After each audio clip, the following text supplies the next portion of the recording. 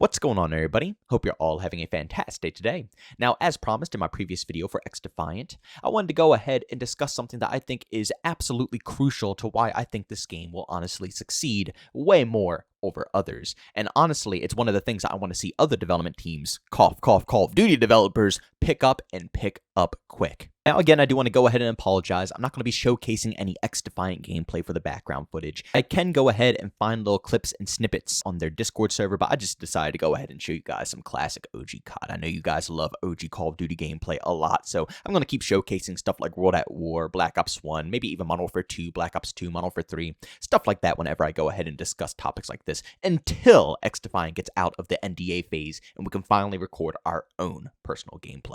Alright, enough of me rambling on about all of this stuff. Let's get into what the topic of today's video is all about.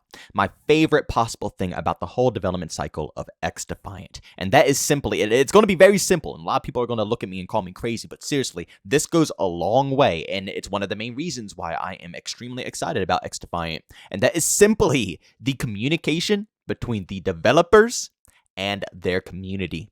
Now, I gotta say, XDefiant, the developers over there, aren't really the first ones to start it off. I've been seeing development teams slowly pick up this trend, and it's making me extremely happy. Because before, it really wasn't a time where we could connect with the development teams. It almost seemed like every game was just designed to be designed, and whatever the community had to say, whatever they were annoyed about, it might have been heard, but, you know, the communication between the two was always absolute garbage. But within the recent year, 2023, and maybe nearing the end of 2022, I've been seeing a massive change in communication when it comes to developers across the board. But I will say the developers at XDefiant have taken it to a whole nother level. I'll be honest, excuse my language, but the developers working on XDefiant really do have, massive balls. They really do, because not only do they have the balls to go ahead and release their game in a pre-alpha build. Keep in mind, this is extremely early on. Usually at this point, there would be very closed sessions. Very few people will be able to witness the game, play the game, interview the game, because the developers don't want it to be reviewed in that way yet. The game is still so extremely early on that any, reviews like that are unnecessary. At that point, they need critique. They need, to find out bugs, glitches, polishing, so on and so forth. So the mass majority of the community aren't really going to be helpful when it comes to a pre-alpha. But they still, first off, went ahead and released that to the mass public, letting out thousands, hundreds of thousands of codes, allowing pretty much everybody in across the board to try out the game.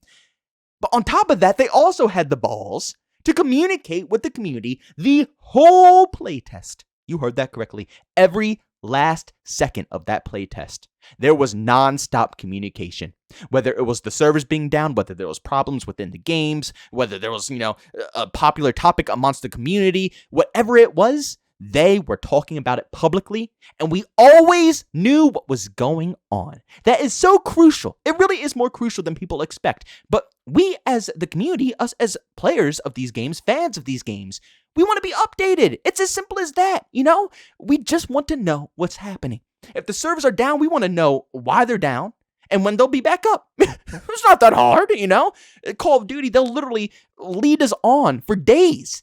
I've been led on for days. I mean, I couldn't even get into Season 2 for, close to a week until I could finally get it to load up, and they gave me no notice. I have not seen one thing of Infinity Ward saying that, this is going to be, fixed, this is going to be a problem that's going to be resolved or anything like that. I had to deep dive and find the information, and I wasn't even the individual to find the information. I needed at least 10, 20 plus other people all Googling up this problem to figure out what the heck is going on, just to figure out that it was actually a pretty popular known issue for a lot of people using Battle.net and on PC.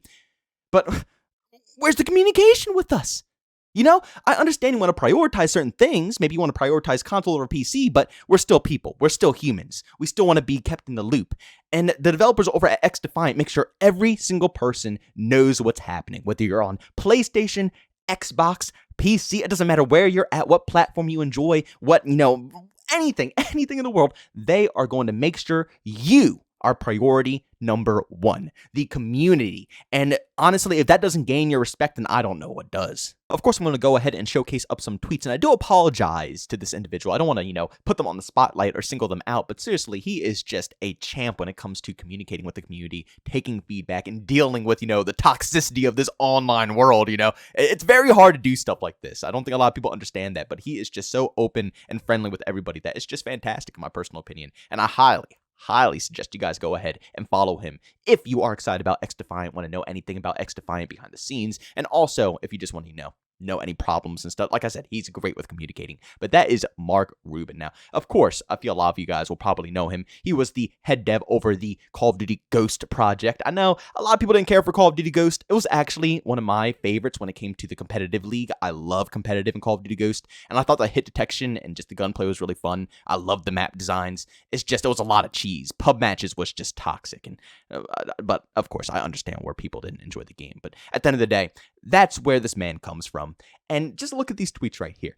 Thank you to everyone that participated in our XDefiant crossplay test this weekend. We had 50% more players than we expected, so thank you for the great turnout.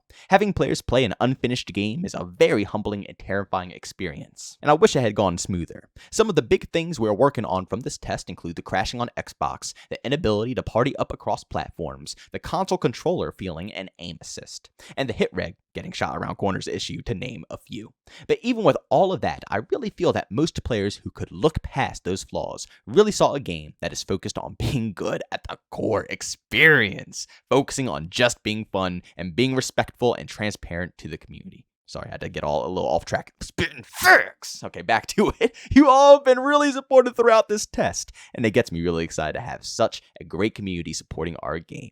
I can't wait to be back with another test. See you all soon, and thank you again. And this is just one set example of the communication that Mark Rubin has with the overall community. Like I said earlier, a lot of the things that I just mentioned in this long post that he put out here were things that he was tweeting out live and in action. He didn't just wait until after the play test and put together, compile it all together in this one post. No, throughout the whole playtest, from beginning to end, he was alive and in action as these things were coming, alive, and as the community was speaking these things into existence, he was there, right at the front of the line, ready to go ahead and address it. And then, of course, after the playtest, like I just said, he accumulates all the stuff into one post. He lets everybody know that he understands all of this stuff. The developers understand all of this stuff. They have the direction that they want to push, and that's it. I mean, if only we could get this across the board everywhere.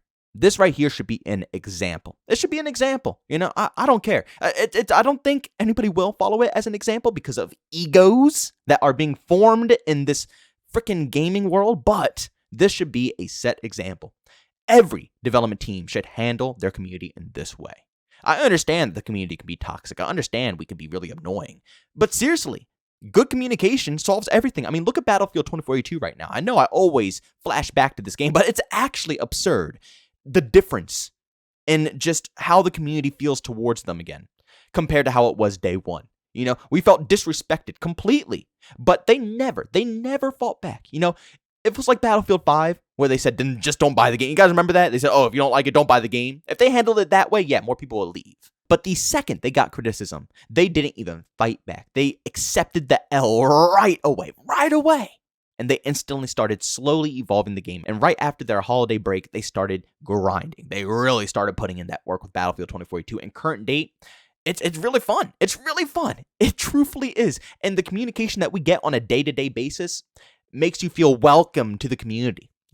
That's what really builds a game, is when you feel welcome to the community. When you're actually discussing stuff with the people who are making the game, you feel more connected. And now look at 2042. I mean, the Season 4 trailer for them completely stomped the Modern Warfare 2 Season 2 trailer in every way, shape, and form. And you could say, well, Battlefield 2042 has been out longer, but it doesn't mean anything, It's the Battlefield community and it's the COD community. You get it? Battlefield is gaining a lot of love back. Love that it didn't have before, and from what I'm seeing, a lot of Call of Duty fans are actually leaving COD to go over to Battlefield for that exact reason. And I guarantee, not just Battlefield, but they'll leave and go to XDefiant soon, because not only does that game feel more like COD, but they're getting the same exact communication from the developers as well. COD is going to take some major L's here soon, ladies and gentlemen. People are slowly understanding that they don't have to live the way that they live while playing Call of Duty. A lot of people have gotten into a bad mindset where that's the only way. Developers are, able to abuse you in such a way, and there's no way around it. But we have proved time and time and time again, fighting back on multiple different titles, that this doesn't have to be the way. We've seen major turnarounds across the board. Star Wars Battlefront, microtransactions, Battlefield games, Cyberpunk, all these different games just taking a complete 180 turn, not only with the game itself, but with communication.